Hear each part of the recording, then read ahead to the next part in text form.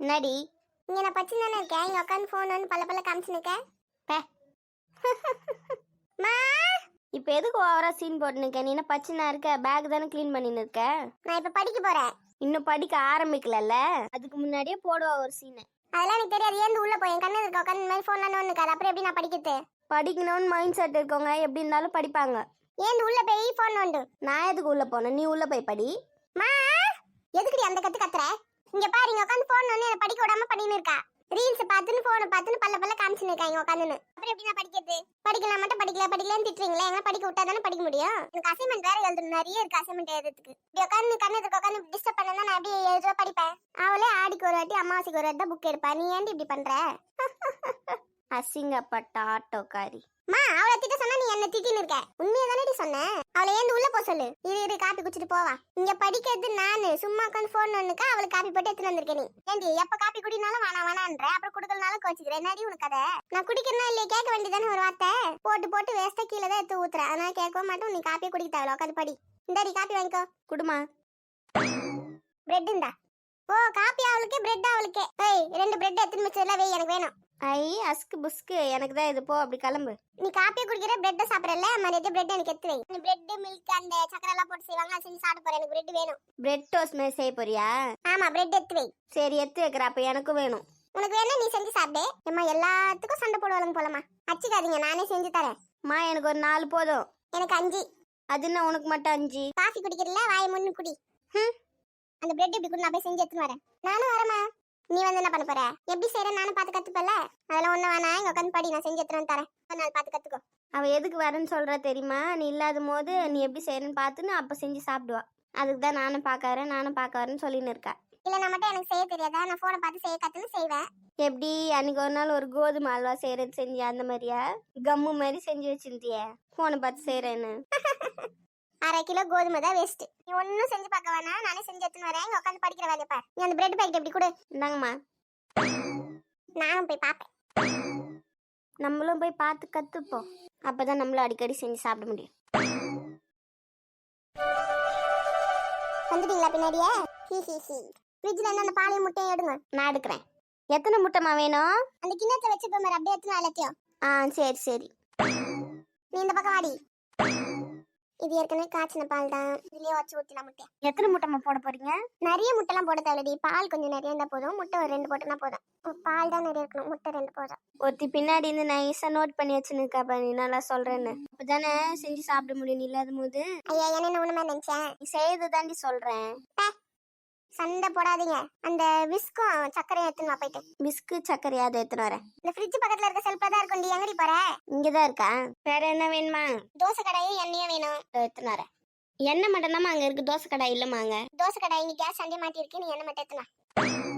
வேற என்ன வேணுமா? வேற எதுவும் வேணாம். இப்ப முதல்ல வந்து காசி ஆற வச்ச பாலே எடுத்துக்கணும். அதுல 1 கப்பு சர்க்கரை போட்டுக்கணும். தேவையான அளவு சர்க்கரை போட்டு 2 முட்டையை உடச்சு ஊத்திக்கலாம். இப்போ இதெல்லாம் நல்லா ஒன்னா கலந்து வர மாதிரி நல்லா கலக்கி விட்டுக்கலாம். இந்த பொருளுக்கு வேலை முடிஞ்சிச்சு. எண்ணெயும் பிரெட் மட்டும் இருக்கட்டும், மற்ற எல்லாத்தையும் எடுத்து வைங்க.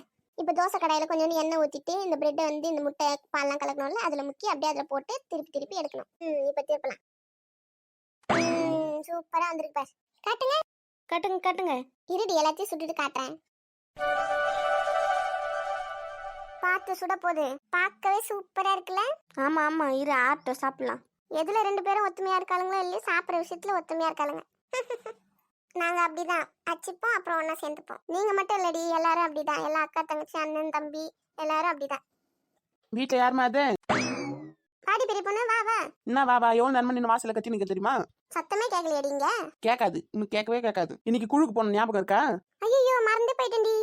மறந்து போயிட்டு இங்க உட்காந்து நல்லா சாப்பிட்டுரு. அங்க அவளுங்க ஆடாடுன்னு ஆடி நிக்காளுங்க. டைம் ஆச்சு இன்னும் வரலையா, எங்களுக்குலாம் வேலை வெட்டி இல்லையா அப்படின்னு கத்தி நிக்காளுங்க. வந்துட்டேன்டி. 2 பேரும் சண்டை போடாம சாப்பிட்டுருங்க. வந்துடுற உடனே வா போலாம் வா. எனக்கும் 2 எடுத்து வைங்க, வருவேன் திரும்ப. இதுல இருக்கிறதே 5 தான். நான் உங்களுக்கு 2 எடுத்து வச்சுட்டு மிச்சத்தை நம்ம எடுத்துக்கலாமா? ஆமா, மீதி 3 இருக்கும். அதுல உனக்கு 2, எனக்கு 2. இதோட நீ தான் காஃபி குடிச்சல, உனக்கு 2 தான், எனக்கு 3. அதெல்லாம் கணக்கு கிடையாது. காஃபி வேற டிபார்ட்மெண்ட், இது வேற. ஒழுங்கா என் பாதி எனக்கு குத்துரு. இதோட அதெல்லாம் கொடுக்க முடியாது. என்ன தட்டோட எடுத்து வச்சுக்கின? எப்படி குடு. நீ என்ன இப்ப தட்டோட எடுத்து வச்சுக்கின? இரு, என்னோட 2 எடுத்துன்னு தரேன், அப்புறம் நீ எடுத்துக்கோ. சொன்னா கேளு. எந்த 3 உந்து 2. அதெல்லாம் முடியாது. அம்மா வரட்டும், என்ன பண்றப்பா. எங்கடி எல்லாரும் வந்துட்டாங்க, நீங்க யாரையும் காணோம்? இன்னும் யாரும் வரல, நம்ம தான் முதல்ல வந்திருக்கோம். அடி பாவி, எல்லாரும் வந்துட்டாங்க, கத்தின்னு இருக்காங்க சொல்லிட்டு வந்தேன்னா. மத்தவங்க பேசுறதுக்குலாம் நம்ம இடம் கொடுக்க கூடாது, நம்ம முன்னாடி வந்து எல்லாரையும் வந்து பேசணும். அடி பாவி, நான் சாப்பிட்டாவது வந்திருப்பேன்ல. அதெல்லாம் உன் பசங்க எடுத்து வச்சிருக்கோம், வீட்டுக்கு போய் சாப்பிடு, இப்படி உட்கார். முன்னாடி முன்னாடியே வந்துட்ட போல. ஆமா நாங்க வந்து 1 hour ஆகுது, நீங்க தான் லேட்டு. அம்மா எப்படி போய் சொல்ற பார், நம்மளே இப்பதான் வந்தோம். இன்னும் 10 நிமிஷத்துல சார் வந்துருவாரு, உட்காருங்க. இப்படி 10 நிமிஷத்துக்கு மேல யாரெல்லாம் வராங்களோ அவங்களுக்கு ஆப்ஷன் போட்ட வேண்டியதான். ஆப்ஷன் போட்டு ஃபைன் கலெக்ட் பண்ணிடணும். அதுக்கு தான் இருக்கிற வேலை வெட்டி எல்லாத்தையும் விட்டு வந்து சீக்கிரமா வந்து உட்காந்துருக்கீங்க. நல்ல வேலை நான் சீக்கிரம் வந்துட்டேன். உட்காருங்க.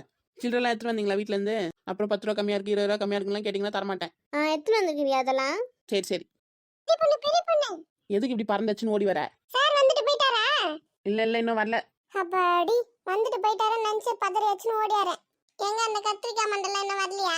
இன்னும் 5 நிமிஷம் தான் டைம் இருக்கு. வரவங்களுக்கு எல்லாம் பிரசன்ட், வரலன்னா ஆப்சென்ட், ஃபைன் தான். சரி, அது யாரும் பின்னாடி? நீயே போய் பாத்துக்கோ. எப்பக்கா வந்தீங்க? வரும்போது ஒரு குரல் கொடுத்துட்டு வர மாட்டீங்களா? நீ எனக்கு முன்னாடி போயிட்டு இருப்ப நினச்சி நான் வந்தேன், நீ இப்பதான் வர. எதனா ஒன்று சொல்லுங்க. நம்ம மட்டும்தான் எல்லாரும் வேணும் எல்லாம் பண்ணிட்டு இருக்கோம். யாரும் நம்மளுக்கு ஒன்றும் பண்ண மாட்டாங்க, ஒரு வார்த்தை கூட சொல்ல மாட்டாங்க, கூப்பிடவும் மாட்டாங்க. ஏன் இப்படி லூஸ் மாரி பண்ணுக்கா? எதிர் வீட்டுல தான் இருக்கு, உனக்கு வரத்துக்கு எவ்வளவு நேரம் ஆகுது பத்தியா?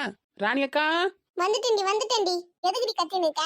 சார் வர போறாரு, டைம் ஆகுது, கண்ணு தெரியல அவனுக்கு. நான் வீடு தச்சுனே அங்க இருந்து பார்த்து தாண்டி இருந்தேன். சார் வந்தோடனே வரலான்னு தான் பார்த்துன்னு இருந்தேன். வந்தோடனே வா, உனக்கு ஃபைன் போறோம். ஏம்மா, எதிர் வீட்டுல இருந்து தானே பார்த்துன்னு இருக்கேன், அது கூட கூடாதா? அதெல்லாம் கிடையாது, சார் வரதுக்கு முன்னாடி எல்லாரும் இங்க இருக்கணும், வந்ததுக்கு அப்புறம் வரவங்க எல்லாருக்கும் ஃபைன் தான். என்ன உங்க ரூல்ஸோ கில்ஸோ? போங்கடி. வந்துட்டல, இப்படி உட்கார், 5 நிமிஷத்துல வந்துருவாங்க. ரொம்ப ஓவரா தான் பண்றா இவன். டைம் ஆயிடுச்சு, இதுக்கு மேல யார் வந்தாலும் ஃபைன் தான்.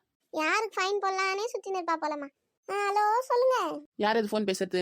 குழுக்கு வந்தா ஃபோன்லாம் பேசக்கூடாது, தெரியாது அவங்களுக்கு. ஃபோன் கட் பண்ணுங்க. ஐயோ, ரொம்ப பண்றாமா இவ.